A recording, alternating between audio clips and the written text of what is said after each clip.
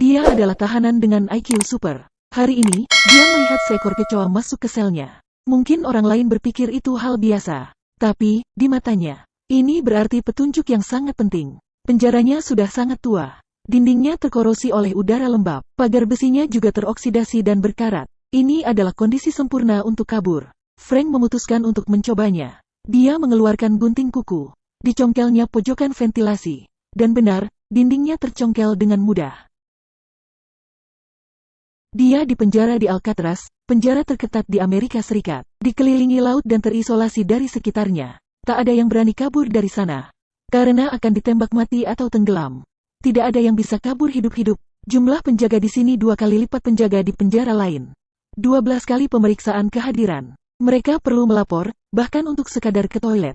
Jadi, terlalu dini untuk melarikan diri. Dia perlu melakukan beberapa persiapan. Pertama, dia harus mencari sekutu. Kebetulan sekali, saat makan di kantin keesokan harinya, dia bertemu Anglin bersaudara. Mereka segera bersekongkol. Allen yang menghuni sel sebelah berkata, dia mau ikut.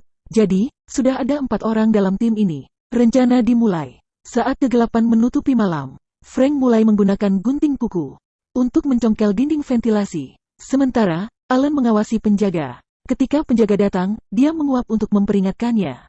Tak berselang lama, dia berhenti mencongkel. Mencongkel dengan gunting kuku membuat tangannya sakit. Mereka harus menemukan alat yang lebih berguna. Saat makan keesokan harinya, Frank melihat sendok di tangannya. Dengan cerdik, dia menggosokkan sendoknya ke bagian bawah sepatunya. Lalu memanggil penjaga. Katanya sendoknya kotor dan perlu diganti. Anglin bersaudara melihat kedipan matanya dan langsung bertindak. Dia mengajak bicara si penjaga untuk mengalihkan perhatian. Lalu, Frank mengambil sendok.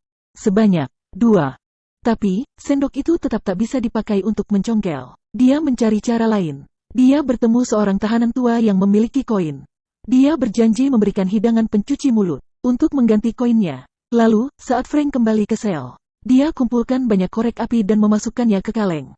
Dia patahkan sendok dan gunting kukunya. Lalu, menggiling koin dengan menggesekkannya ke gunting kuku. Kemudian, mengoleskannya ke mata pisau. Akhirnya, menyalakan batang korek api tadi. Untuk mengelas ujung mata pisau, alat untuk kabur sudah siap. Dengan alat ini, hasilnya bisa 2 kali lipat. Lubang di sekitar ventilasi semakin membesar. Akhirnya, seluruh kawatnya terlihat. Tapi, kawat itu terlalu rapat menempel. Dia butuh pasak untuk membuatnya renggang. Benda itu ada di pabrik kayu penjara. Tapi masalahnya, benda itu dijepit logam di kedua sisinya. Saat dibawa keluar, itu akan terdeteksi oleh mesin pendeteksi logam. Cara mengatasinya bukanlah masalah besar bagi Frank yang memiliki IQ sangat tinggi. Saat sedang bekerja, diam-diam diambilnya potongan pasak itu. Saat keluar dari sana, pasaknya terdeteksi mesin pendeteksi logam. Alarm berbunyi. Dia pun menyerahkannya tanpa diminta. Dia meminta izin membawanya, tapi sang penjaga tidak setuju dan menyitanya. Saat kembali ke sel, dia mengeluarkan irisan lain dari sol sepatunya. Betapa cerdiknya. Dipasangnya pasak itu ke ventilasi, lalu ditendangnya kuat-kuat, dan kawat pun terlepas.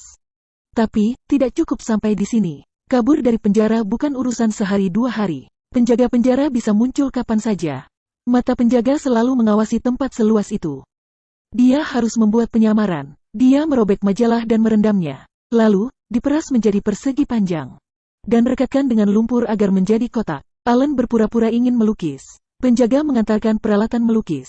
Frank membuat sketsa, mengecat kotaknya, dan menempelkannya di ventilasi. Jaring ventilasi palsu pun selesai.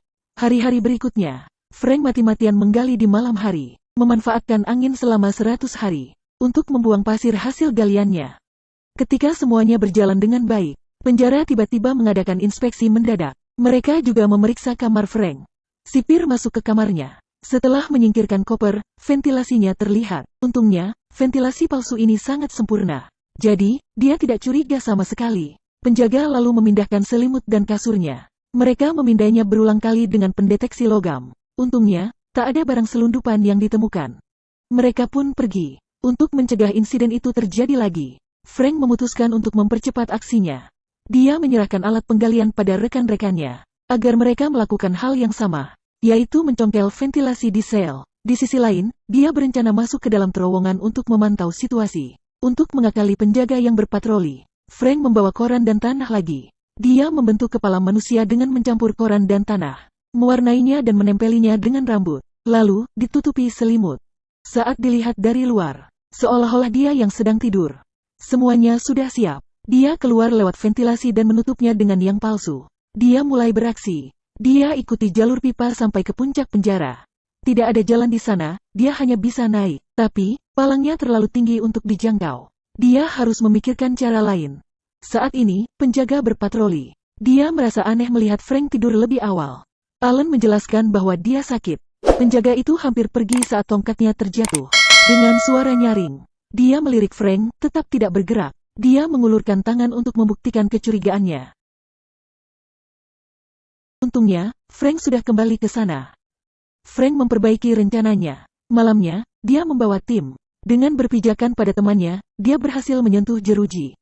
Tapi, jeruji itu jauh lebih kuat dari ventilasi. Dia belum bisa membukanya. Tapi, kebetulan, ada kesempatan lain setelahnya. Frank bermain lebih berani. Dia membutuhkan bor listrik. Hari ini, di gereja penjara, ada kipas angin listrik kecil. Dia mendekatinya, lalu mengambil dan menyimpannya. Tapi, sebelum pergi, ada pengecekan tempat alat musik. Alan sangat gugup dan memalingkan muka. Frank mengangkat kotaknya.